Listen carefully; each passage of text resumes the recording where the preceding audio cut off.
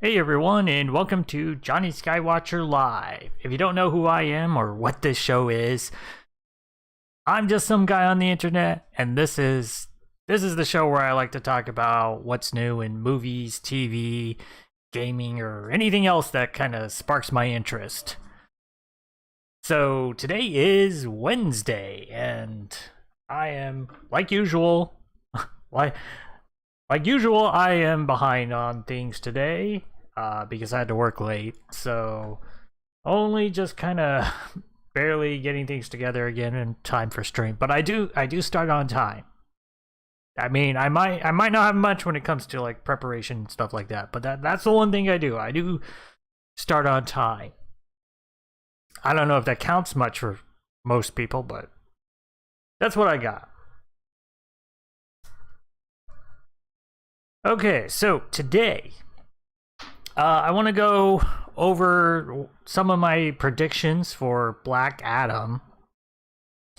We'll see how that goes, because I did not have time to really prep for that. So it'll kind of be just, excuse me, my off-the-cuff thoughts on the matter and what I think might happen this weekend. And then the second thing I want to talk about is I just got done watching Andor Season 1, Episode 7. So I want to talk about that, kind of just give you my reaction, my fresh thoughts, maybe talk some spoilers on that. I don't know. We'll see. Yeah, with that, let's see. Let's go over and start looking at Black Adam, shall we? So, okay, I just pulled up the numbers, and of course, I mean, you can't see it, but my current setup, this isn't working for me because it's actually blocking my monitor. Maybe if we, hopefully you can still hear me if I put it down here. I mean, part of the reason I was trying to put the mic somewhere higher up is because of this. Like breathing down on it doesn't sound good, but let's try this, shall we? Okay, so which actually let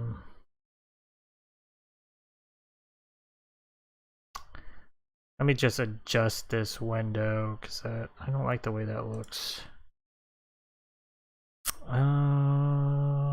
Maybe I can just, okay. So, Black Adam is coming out this weekend, and it's the box office has kind of been not a it's been kind of a big slump since nothing big has been coming out. It's I'll be honest, I haven't seen anything in theaters since last thing I saw was the Spider-Man re-release, and I haven't seen anything new in theaters since before that. I can't even remember what's the last thing new that came out. I saw Thor 4. Did anything come out after Thor 4? I don't think so. Maybe. I don't know. Yeah, it just seemed like August nothing came out, and then September there was nothing. And then that's when I saw, September was when I saw Spider-Man. So yeah, I think the last new thing I saw in theaters was Thor Love and Thunder, which I actually enjoyed. I know that it was a divisive film, and I have to say I don't think I enjoyed rewatching it on Disney Plus as much, but the initial theater experience I would say I enjoyed. So let's look at Black Adam. So let's do some comparison with the numbers. This is something I would have preferred to have prepped, but as I said, I did not have any time. But don't worry, I don't think anyone's watching. Let me just type in the chat. Is anyone out there? Okay. It's always harder to do things in the moment. Let's go to movie comparison. So, yeah, first of all, one thing I was looking at the other day is let's just look at the DC extended universe just to get an idea of what other movies in this. It's not really a series, but I mean, if you compare like all the MCU, then I think it's fair to compare all the DC extended universe movies. Is that what it's called? Extended universe? I know DCEU. I guess was it extended, not expanded? That's weird. I don't like that. Change it. Let's go see. Hopefully this is visible. I can't tell if that's legible or not on the screen. Not quite. Let me adjust that. Play capture.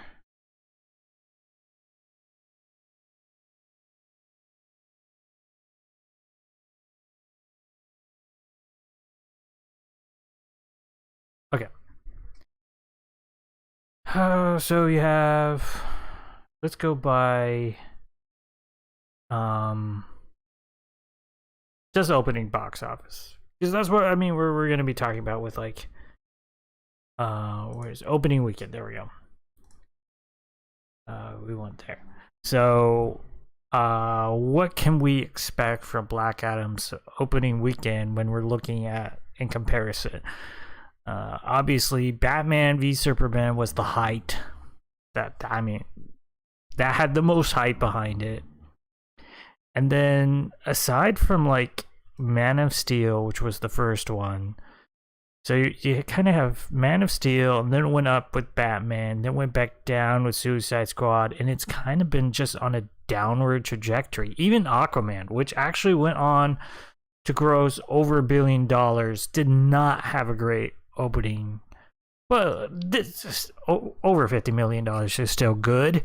It's just, it wasn't, extraordinary. And I don't think people were necessarily expecting Aquaman to be like over 200 million in the first weekend. So from what I remember, I think people were okay with that opening. But yeah, going on from there, I mean, like Wonder Woman, Justice League, Aquaman, I mean, it almost gets you besides like Suicide Squad and Wonder Woman 1984, like this is almost in release order after going from Wonder Woman down, which, yeah, it's been just on a trajectory downward, which makes me worried about how Black Adam might do, because for one thing, I thought the Suicide Squad was great. I don't know why more people didn't go out in the theaters. I mean, at least Black Adam doesn't have the day and date theatrical release with HBO Max, which was a problem with the Suicide Squad. I don't know how much better it would have done in theaters if it hadn't been on HBO Max. It seems like a lot of people did not appreciate it as much as I did, or that I think the general audience maybe didn't realize that it wasn't just a direct sequel to the first Suicide Squad, that it was being done differently. I would have thought the trailers would have communicated that, but sometimes the general audience can be just dumb, just full of bunch of dum-dums. so yeah, this isn't necessarily very encouraging, but I wonder if we can get some better comparison. Let me look up. Just do the cast and crew. Let's look up some movies that Dwayne Johnson. Here's some just interesting statistics when it comes to Dwayne Johnson, who is the lead as an actor leading. Is that total box office? That's not helpful at all. I'd have to do math with that. 28 movies, 1.9 billion box office, which is actually not that high. And what does that average out to? I need my calculator. Let me just do some quick math. So we got 1.953 billion divided by 28 movies. So on average, that only gets you like 70 million per movie. So that's not that high, actually, if you take the average. And yeah, let's see what else we can see here. Career trend. This is kind of interesting. I was not looking at. Let's go into his acting credits. Okay, so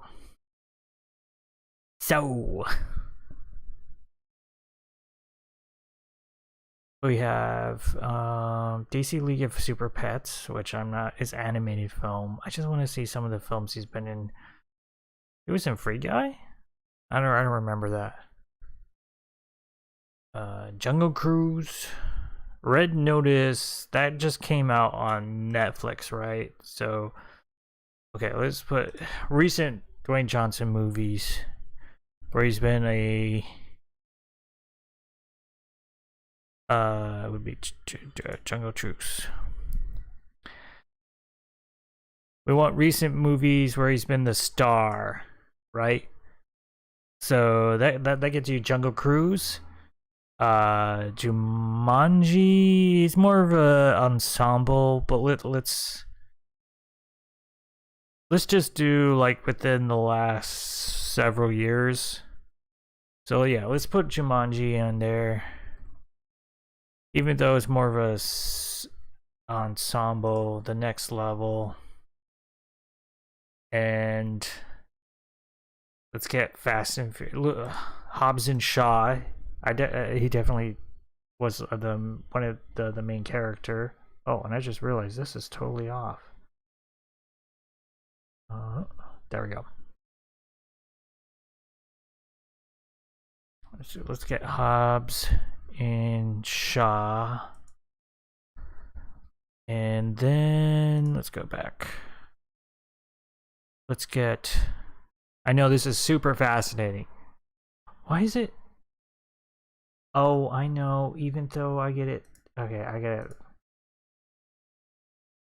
gotta fix this. Even though it's...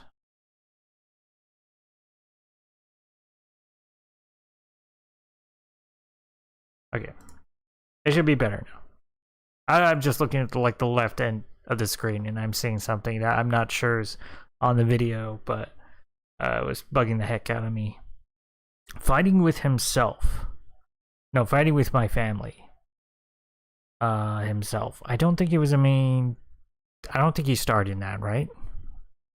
What was that? Wasn't that like a doc or... Oh yeah, that was like a weird... Yeah, I'm not gonna count that. Skyscraper, I guess. Let's go back. Let's just do back to 2018. So Skyscraper and Rampage. Let's get... I can't spell. Sky... Oh, what am I doing? Skyscraper. And then... Okay. And then let's do... Rampage. 2018. Okay. So here we got our comparison of like recent Dwayne Johnson movies, where live action Dwayne Johnson movies where he's been if not like the main lead, at least the main star. I think there's only like Jumanji, which you could argue he's really just one of an ensemble cast. So let's start just by looking at their opening weekends, you know? So we have Jungle Cruise, 35 million, which was day and date on Disney Plus. Only made 35 million, and did not go on to make that much money, I believe. See, internet worldwide boxes was only $210 million, so not great for Jungle Cruise, especially because I had a production of 200 million. So that was bad. That didn't do so well. But there was a lot of factors with that, you could say. Jumanji: The Next Level. Let's see. It had a $59 million opening. Better, but I mean, you can see it from the chart. This is Jumanji: The Next Level, and you could argue it did better, not just because of The Rock, but because of the first movie and because of the ensemble cast. So that went on to make $798 million, which was actually pretty good, especially for when it came out. Came out in 2019. December 2019. Okay, wait, that's pre-pandemic, so I'm getting my thoughts confused. So yeah, that's not as surprising. We're now pre-pandemic, so it really hasn't had that many movies come out post. Just Jungle Cruise, because Free Guy, I don't even remember what he did in that movie. Was it just a cameo? I don't think he's hardly in that movie. Red Notice was on Netflix, so it didn't have a domestic release. DC League of Super Pets, I'm not even counting because it's animated. And yeah, and now with Black Adam. So then if we go to Fast and Furious Presents, we got 60 million, and then for some reason it's on the chart twice. I don't know how that happened. Okay. So it's just on the chart twice, I guess. Then Skyscraper did not do that well, I think. Had a budget of 125, opened to 24 million, and it made 304 million, which with 125 million, it's not the worst. It's not necessarily the best, but yeah, that might have been okay. I don't know the exact movie math. I know that's over double the production budget. So that was probably okay, but not terrific. And then Rampage just made 35 million its opening, 120 million production budget, and for 427. So yeah, I'm not. So what does that tell me? Nothing. Seeing 35, 24. The one Fast and Furious is the highest one that has the highest opening. And Jumanji: The Next Level. So what this tells me is he's had, in recent number of years, he's had better luck with franchise movies than he has with his own original stuff, which isn't really that surprising. So that would speak in favor for Black Adam, I would say.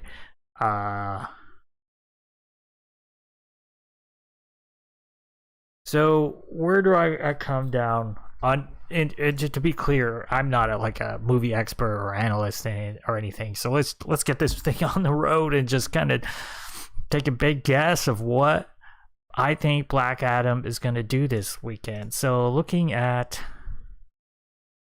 DC Extended Universe. Okay, let me look at recent weekends. Because I think it has a chance of doing well. You know, it's especially nothing big has come out recently. Halloween Ends made 40 million. I think it's definitely going to be number one at the box office. What else is coming out? I think just one other major release this weekend, which is Ticket to Paradise. I don't think that's going to steal a lot of tickets from Black Adam. I think That's sort of counter programming. So I mean, it might do okay, but I think Black Adam probably is going to be number one. And Smile made 18 million in its second weekend, 22 million. Don't Worry, 19 million. Like, a lot of these movies have not been opening very big. I mean, some of them have been decent when you take into account their production budget. Barbarian, Top Gun Maverick, in its 15th week was number one. Just going back now. September, The Invitation. It was like, yeah, you have to go back a while before you get to something that opened like legitimately bigger than 50 million. DC League of Super Pets, July. Jeez, they just have Nope made 44 million. Even okay, Love Thor and Thor, Love Thor and Thunder. Thor Love and Thunder made 46 million.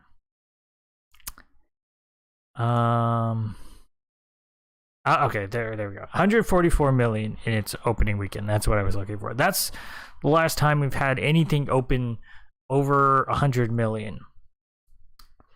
So I guess we'll start there. Do I think Black Adam will open over 100 million? I doubt it. It just seems like it's a character people aren't that familiar with. It's more just The Rock trying to self-insert himself into the a superhero universe without it being a character that really is a superhero, because they're trying to make him an anti-hero in this. And I'm curious how the general public responds to that, because my impression going in from the marketing and everything is that they're trying to make him an anti-hero, and he's not. The character is a villain. You know, there's been some times where he's been, you know, more on the hero side, but really just because of, from what I understand, from different events going on, but not because he's an anti-hero. He's most of the time he has been a villain. So I'm curious to how the public responds to that. And to me, it does feel like The Rock is just trying to insert himself into a superhero universe, whether or not he fits the character or not. And I have been kind of like head scratched from day one, wondering why he has to play Black Adam. You know, they announced this like years ago that he was doing Black Adam, and it seemed for years like it wasn't going to happen, and then, you know, finally it somehow happened, which is how sometimes things seem to happen in Hollywood. It's like nothing happens for years and years, and then so all of a sudden the movie's happening. But a lot of times that's not necessarily a good sign either, because the more years of the development in a movie, it seems like the more kind of like ideas that were left over from like the beginning, just kind of everything gets worn out and kind of like included in the final product. And sometimes it becomes a mishmash of all this different stuff because they want to include like stuff from these years of development to not waste it, I guess. And so, yeah, it doesn't seem like this movie's necessarily going to be critically praised. Like, if we just take a look at Rotten Tomatoes, I know that at least so far it wasn't doing so well. Okay, it's not like terribly reviewed. I mean, all things compared. If we go, let me just.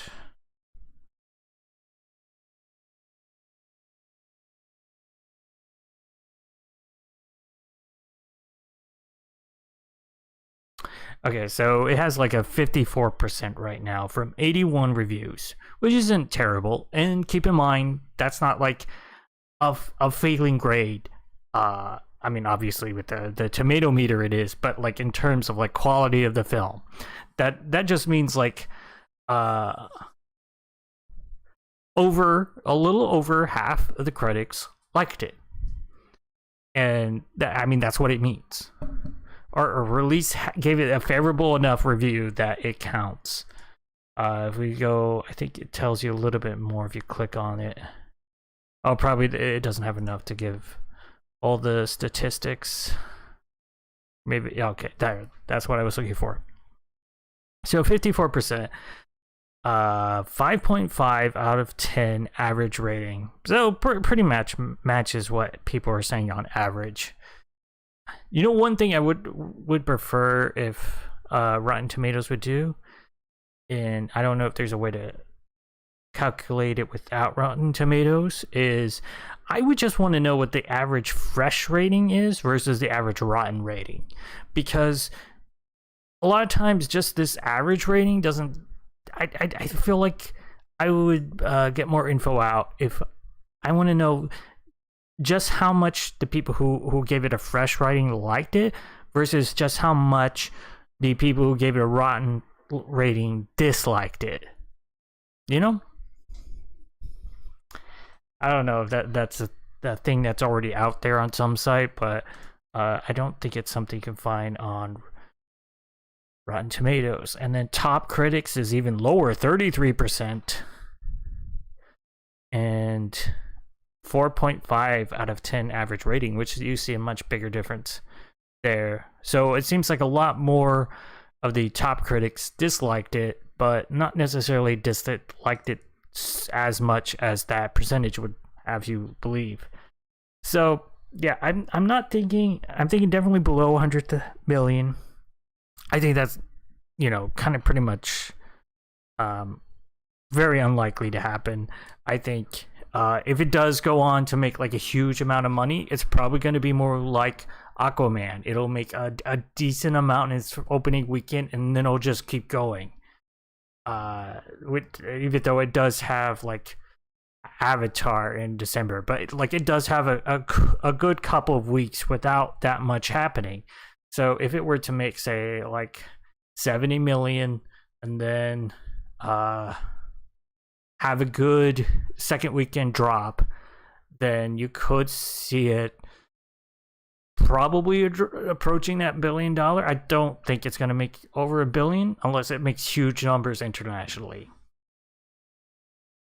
So my prediction, I'm going to put below 70, I would say 50 to 60. I think if it does well in this weekend, my does well range would be like 60 to like 75. I think if it makes more than 75, then like it's a huge, like amazing thing, a huge hit in the US. I'm not sure if it'll do that. I'm thinking more to 50 to 60. So that's my final thing. That took a lot longer than expected. So let's move on to my second topic, which I don't have any graphics or anything prepared for. So like this will just be me talking to the camera. Let's talk about Andor. So I haven't talked about this in the last couple weeks because I do feel it's like one of those shows where I don't have a lot to react to week to week. I'll just say spoilers for episode 7 and up to episode 7. You know, it just came out today. I mean, I usually don't get that too much into spoilers, and you know, just warning. You go in at your own risk. So episode 6, I don't even remember what the last one I talked about was. Well, really, episodes 4 through 6. I really like the fact that it I'm acting like the droid. I really like the fact that it didn't fall into the pitfall I was worried about, where like this storyline of them, this robbery as they call it, didn't take the full season. And I'm really happy about that. I was really satisfied with the payoff that we got in episode 6, where everything went down, and then we got the conclusion to that. I really like that. I really like almost everything that happened in the episode. I like the action that we got. I liked the interactions. I liked the conclusion. You know, the fact that there were real stakes and that there were real consequences to this. You know, not everybody made it out alive, and not everybody died a dramatic, you know, a drama. I'm trying to think of what to say. Not everybody died an overdramatic death where they got to be the hero. I'm trying to think. I can't remember the kid's name, but the kid who died in episode 6, you know, that wasn't a heroic death. He got crushed as they were trying to make their escape, and he didn't even just die right then and there. You know, they took him to a doctor, and then the doctor just wasn't able to save him.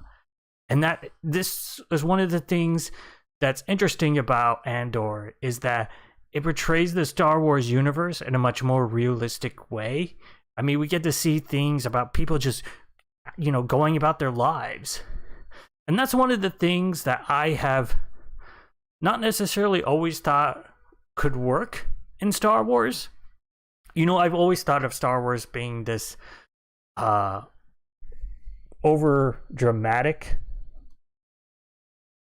this, you know, especially going back to the original trilogy. It's you know, the hero's journey. It's myth making. It's, you know, it's over the top. It's not concerned about the lives of just normal ordinary people. It's always about the big stories. And it's never been very subtle. You know, you have the Jedi, you have the evil Empire. You know, Star Wars hasn't really ever been about subtleties, but that's something that this show, Andor, I feel like does really well, is bring those subtleties into Star Wars while still feeling like it's part of the Star Wars universe. And like we get to see things like sort of the inner workings of the Empire, the what I can't remember what they're called, but there's like the intelligence. So they're kind of like, they feel like the upper heads of the CIA, which is really interesting. And then you have like the workers a lot you see, and then like what's happening with the Senate with Mon Mothma and all those sort of like machinations. And it's just a lot more of like just these small things, even like in this episode, I noticed like the detail of them like fixing their collar, or, you know, they're just the clothing in general feels more real and like lived in than we've seen in the Star Wars movies. So yes, I don't, doesn't seem like I had much to say about that. I thought everything was great in those episodes, and I like where they're going with the show in this sort of next arc. And I'm really liking the having like every 3 episodes being its own arc. And I do think, going back to like the first episode, that the first 3 episodes, that could have easily been 1 to 2 episodes by itself, and that kind of goes for the episodes 4 through 6 as well. They easily could have been just a very long episode. So I'm wondering, when this whole series is finished, or even just season 1, it'd be interesting to go back and see like an edited version of the season, just edited like these 3 episode chunks together as like one short film. I guess it would be kind of a short film. It'd be like over an hour, Like some of them are like up to almost 45 minutes, but none of them are that much longer than that. So that'd be, or not even a short film. Those are like films, right? I can do math. That'd be like over 2 hours, or like a lot of them wouldn't be because there are some much shorter episodes. So I feel like that'd be like over an hour and a half at least to almost 2 hours. So that's a film. So I'd be interested to see this edited down. I wouldn't even necessarily edit stuff out, like just to watch the show, these like basically movies, each arc as a movie. Because I think that would be pretty interesting. And I totally lost my train of thought. So yes, Andor. I've been loving it. What do you think of it? Are you enjoying it? I hope so. I've been hearing from some sites and just chatter online that it's not getting as much attention as like shows like Book of Boba Fett and Obi-Wan. I do think there's reasons for that. I think that it's not a named character, but also I could see how it's maybe not the show that some people are interested in, which I think is a shame because it's been really great so far. But I also think that maybe some people have been kind of burned by Disney Star Wars, especially when it comes to the last shows being not that great, even if they had like such interesting premises, and then like you actually get into the middle of the season, it just goes downhill. So I wouldn't necessarily blame people for waiting it out and seeing. We're over halfway through the season. Fingers crossed that it doesn't do what's happened with almost all the other MCU and Disney Star Wars plus Disney plus Star Wars shows, and that it goes downhill. I mean, Obi-Wan, I would say I genuinely really liked the first 2 episodes. I don't remember when it started going downhill. Probably episode 4, maybe. And then the same for like Book of Boba Fett. I was into like the first 2 episodes, and then episodes 3 or whenever they introduced those racers was like when they went right off the edge downhill, and then they went back up with when it brought in the Mandalorian, but then it basically wasn't the Book of Boba Fett anymore. It was just Mandalorian season 2.5. So yeah, we'll have to. It's a one of those wait and see things where I mean we're halfway through. Hopefully, it can maintain this quality. But yeah, but so far I'm really loving it, and here's hoping for a nice payoff at the end of the season. Which also is another thing. I'm so happy that this isn't a 6 episode thing. Because imagine if like the end of last episode, they had to kind of wrap it up or put some sort of like finale onto the whole of the season. It would have been so rushed and so bad. So I'm really loving the fact that this has a proper amount of episodes to be a show, and that it actually is telling a compelling story with compelling characters. I'm loving all of the different storylines, and that it's actually going different places in the Star Wars universe. I mean, this latest episode, we basically get kind of like Mexico in space. It's what the person I was watching compared it to Mexico. So it's like a different feel, but then you also still have the Empire there, and it almost, especially when like you saw the Sentry droids flying around, it feels so much more occupied than other planets we've seen, like during the original trilogy. So, anyway, hopefully, I don't know what I'm saying.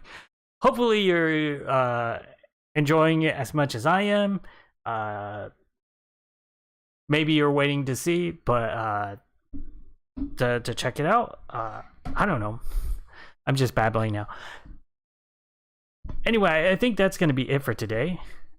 Thank you so much for watching, whether you're watching here live or on the main channel. You can always... how should I say that? You can catch me live here on the channel at Jonny Skywatcher Live, or you can go over to the main channel and then watch the kind of slightly edited videos I make of it, and which I haven't been like cutting out every segment, but sometimes I'll do one or two and then I'll post that on the main channel. So thank you so much for watching, and I think I'm gonna call it a night there. Let me just get this queued up, and I think that'll be it. So I think I've said it like 4 times. Thanks so much, and I'll see you in the next video. Bye.